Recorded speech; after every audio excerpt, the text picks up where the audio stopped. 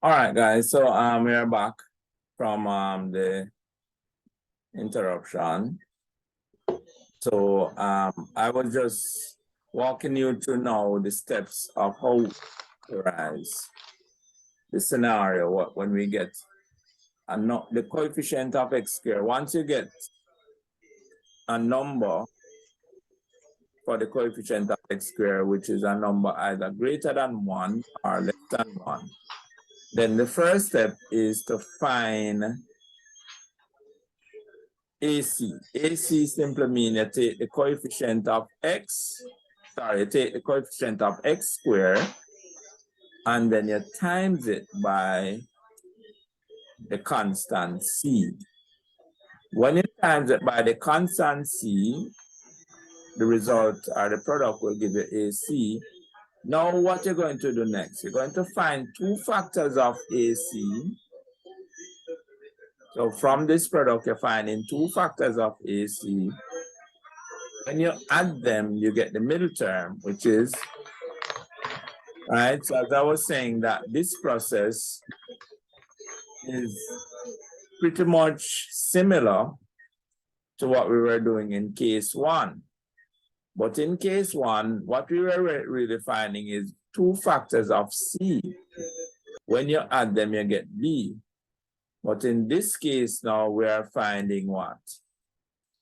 Not two factors of C, but two factors of AC, which when we add them, we want to get B. So that's what we are doing in this one. Now, so down here, we are saying you have to note well that this process of finding the two factors of AC going to be a little trial and error process, because you're not going to just readily look at AC and come up with the two factors, because AC can oftentimes turn out to be a very large number. And so to find the two factors of that large number, you're going to have to play around with the factors then and see which two will satisfy what you're looking for. All right, so let us look at this example. So now what we notice here for this expression, when we look at the coefficient of x squared here, what is the coefficient of x squared, students? 12, sir. 12. Now, so this satisfies case 2. Why is this satisfying case 2? Case 1, what would happen in case 1? Go ahead, Ms. Wilson. So because x squared does not equal to 1.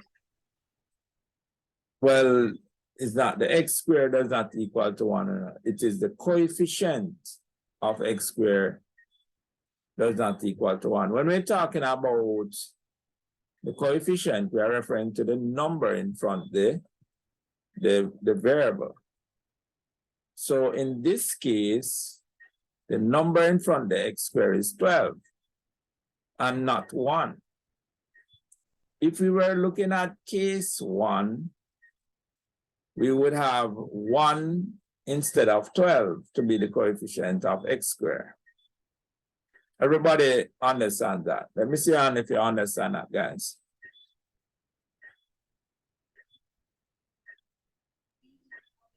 You can go again, sir.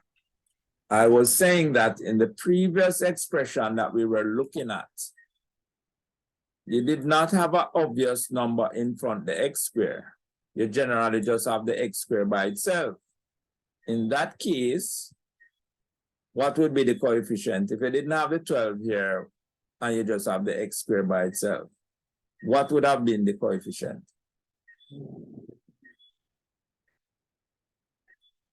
Anybody? If 1. 1, right? So I'm saying that case 1 only deal with those expressions of quadratic where the coefficient of x squared is 1. In that case, you find two factors of the last term. When you add them, you get the middle term. But in this case, are we looking at case 1 here? Are we looking at case one? No, sir. No, we are not looking at case one. What we are looking at is what? Case two. Why is this case two? Because this number in front of the x squared is a number that is bigger than 1. Is that clear to all? Let me see if you are understanding very well. So let me see the answer of those who are understanding this.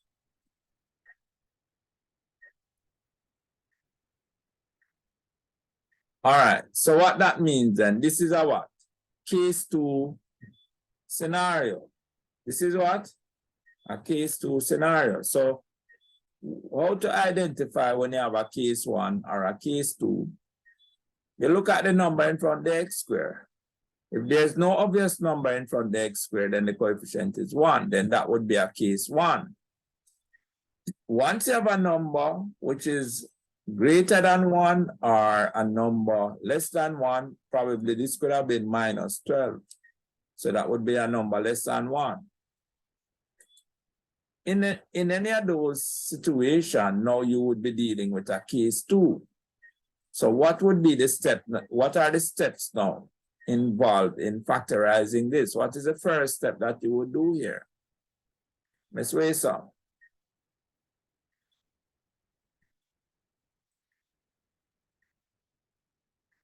Sir?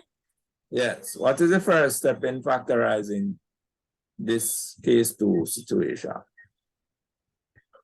Finding the AC, sir. So you find AC.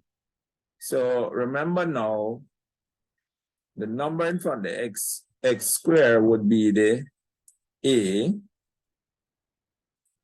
and the last term would be the C. We know that the number in front of the x would be the B.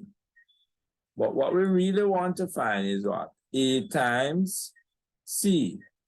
So what that means, we know that A is equal to what? A is equal to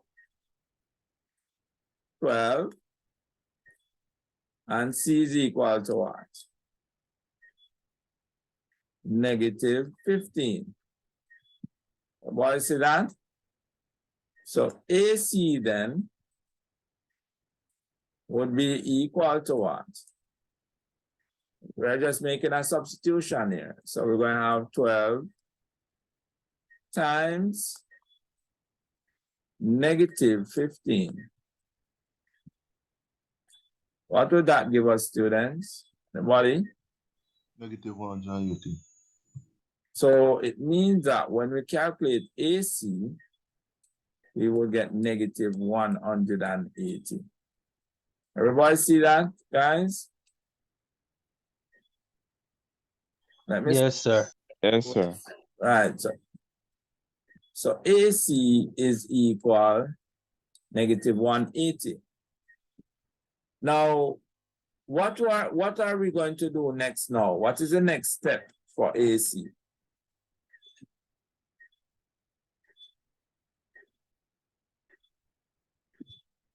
So step 1, you should find. So you have to go show it again.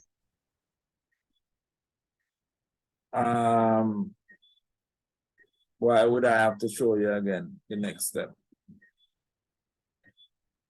That means you weren't paying attention the first time.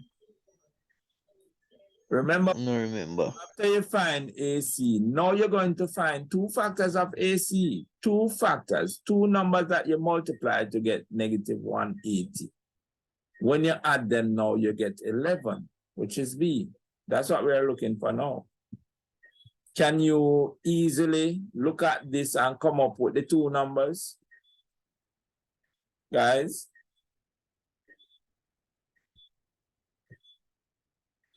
So you'd have to go through a process of trial and error. So this one going to take a little time to find the 2 factors that we're looking for. All right. Let us see if we can see what some of the factors are. So we know that A is equal to 12, B equal to 11, and C equal negative 15. AC then will be 12 times negative 15, give a negative 180. Now, 2 factors of negative 180. Now these are some factors. So you could have 12 times negative 15. We could have negative 12 times 15. We could have 36 times negative 5. We could have negative 36 times 5. We could have 20 times 9. 20 times negative 9. Now we could also have negative 20 times positive 9. Now these are some possible combination. What you want is that when you add these, if you add these two factors, any of these two, when you add any of these two factors, what you're really looking for is B. What is B here?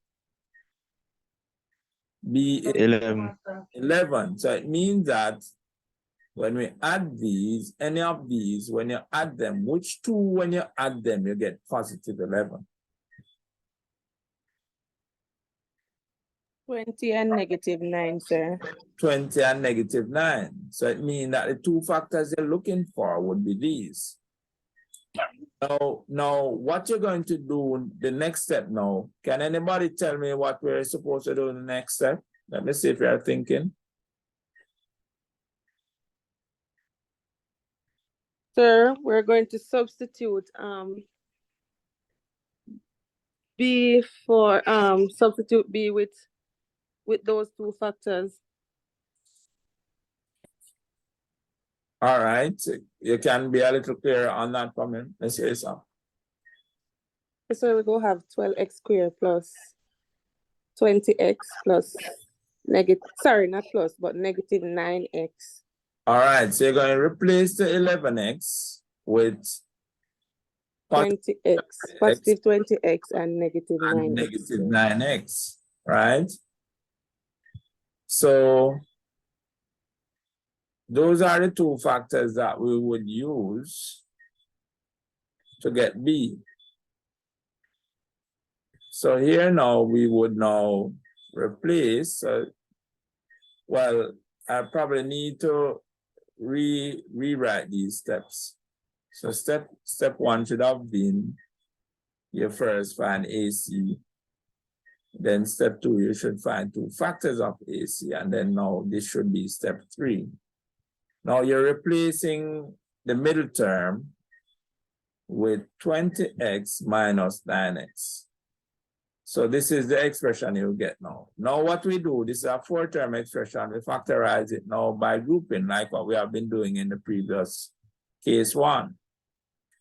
So what is common in the first 2 pair here? What is common with 12x squared and 20x? Repeat, sir. What would be the HCF of the first pair? Remember, 4x, sir. you're going to factorize by grouping. So this pair would, factor would be 4x. What about the second pair? What would be the common factor? 3. All right, so we would have now factorizing by grouping. Our common factor for the first pair is 4x, and so we would take out 4x as our HCF. We divide 12x squared by 4x, you get 3x. We divide 20x by 4x, we get 5. For the second pair, the common factor is negative 3. So negative 3 into negative 9x squared give you a positive 3x squared. Positive 3x.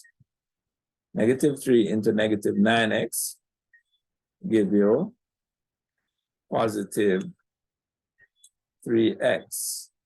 Negative 3 into negative 15 give you a positive 5.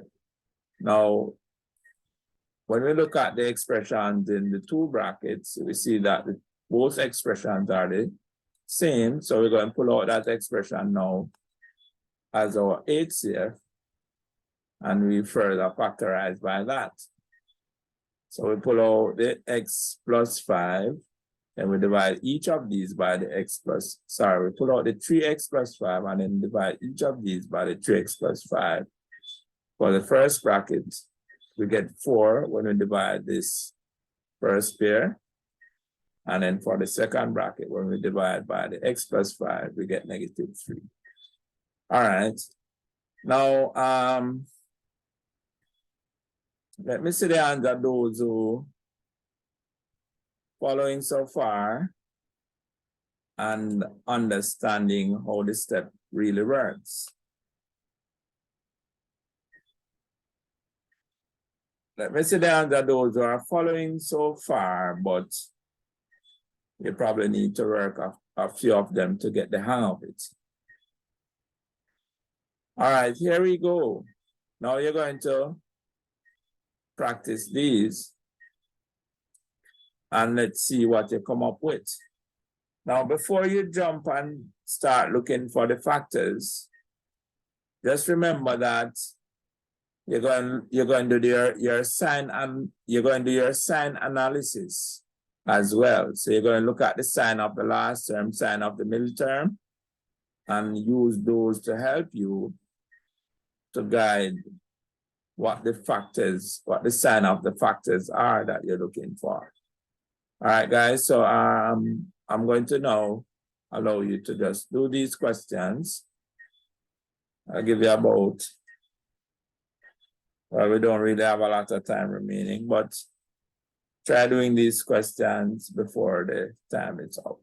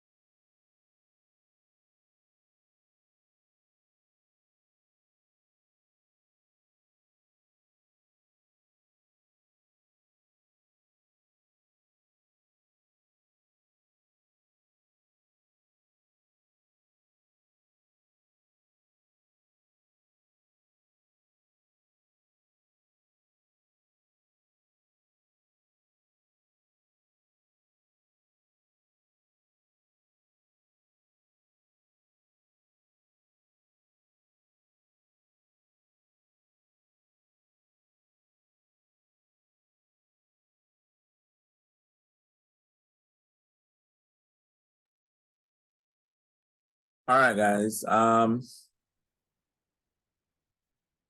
not sure how far you reach with this exercise, but let us see if anybody can work out question 1. We want to do at least 2 or 3 before the session ends. So anybody want to walk me through question 1?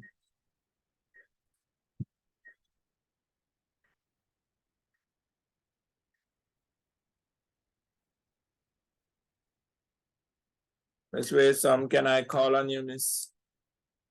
Yes, sir. All right, go ahead.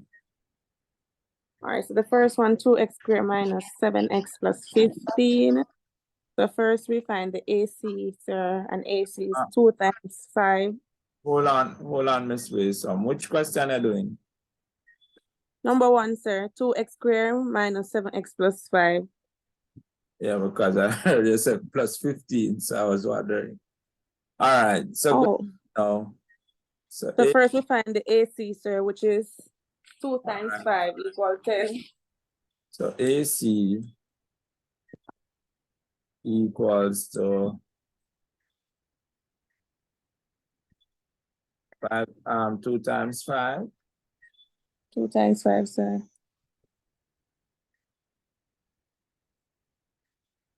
Which is 10.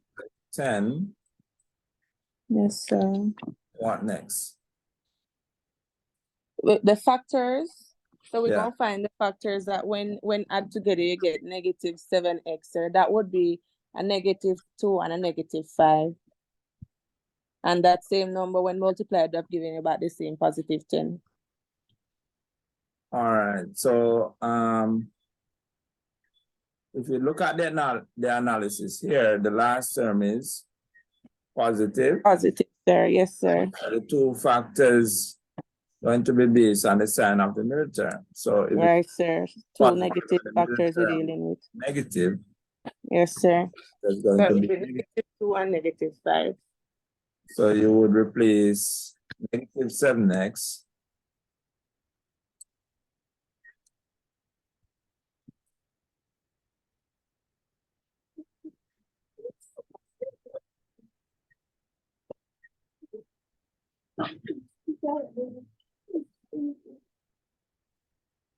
replace negative 7x with negative 2x and negative x. I think probably.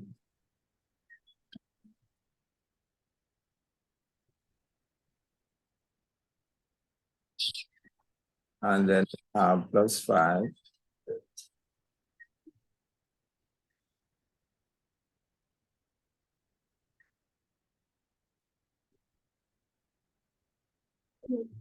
So here, when we factorize, we pull out for the first pair, we pull out. What? Say so.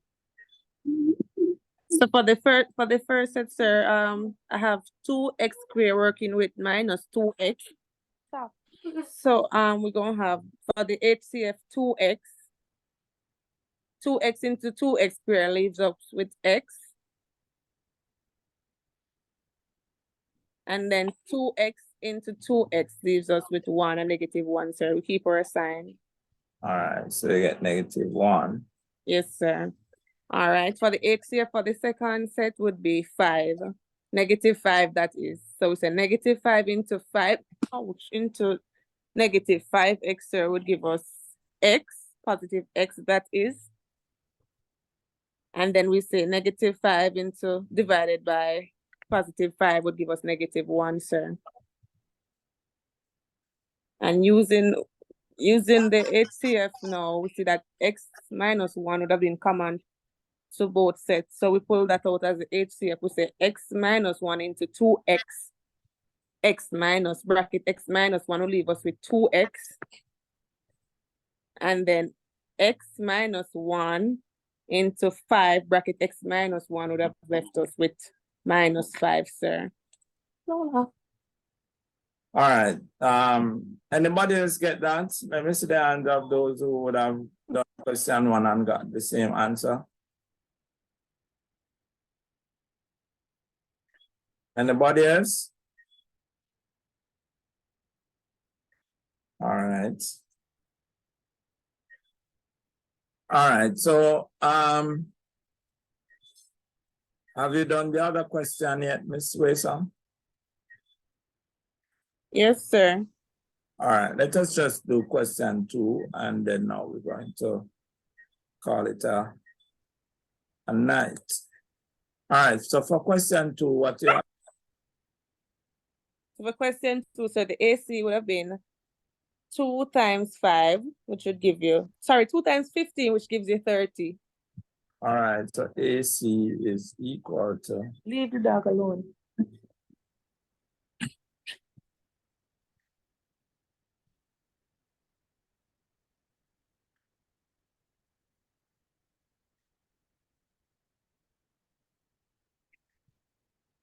two times 15 equals to 30, sir.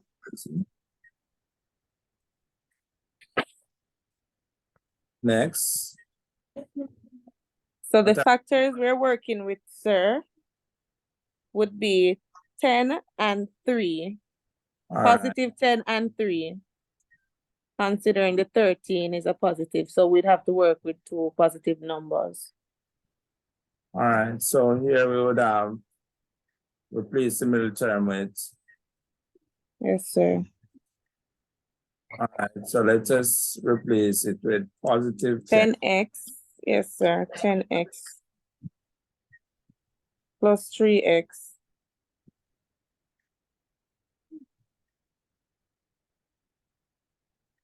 Jerry, don't slap you.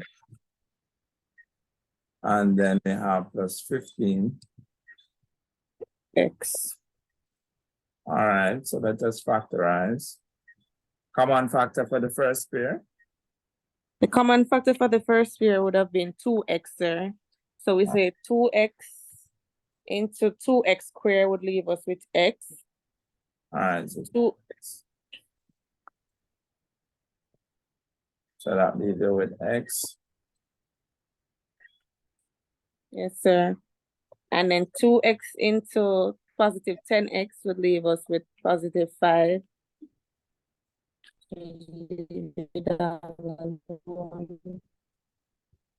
And then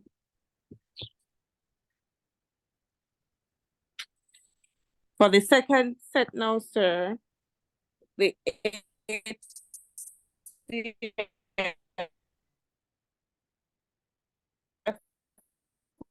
would have been 3.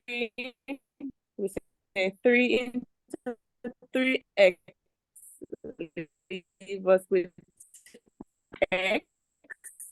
all right, let's see. And then 3 into positive 15 would give us positive 5.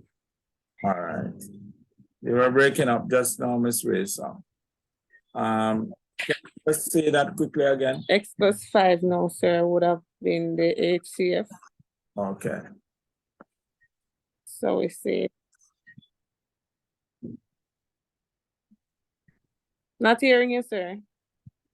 Yeah, I was saying now you were breaking up just now, but we're following. So continue, Miss Wilson. Are you hearing me now, sir? Yes, I'm here. Oh, sir? Yes, I'm hearing you, Miss Wilson. The HCF there now would be x plus 5.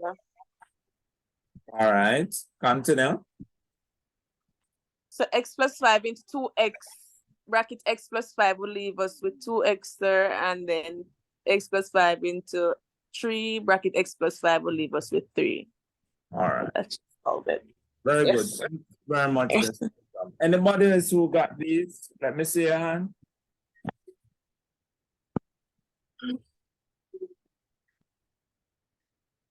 Anybody else? Let me see the hands of anyone who would have gotten question 2. Question 1 and 2. So that means only Miss Wilson would have gotten question 1 and 2, and Mr. Giovanni. All right, and Mr. Campbell. All right, so I'm going to ask you to finish up this exercise. for homework, because we're going to pick up back from here. I'm going to go back to these questions when we meet next class. All right, now I'm going to suggest that there's a video from last year on this topic. I would suggest for those who don't quite understand, watch the video on this topic from last year. You should find it in class video term 2. So just click on that and look for factorizing quadratic expression, and just go through the videos and see which of them would relate to this section. Just watch them and see how you actually would carry through this factorization process. All right, guys. So with that said, I'm going to stop here.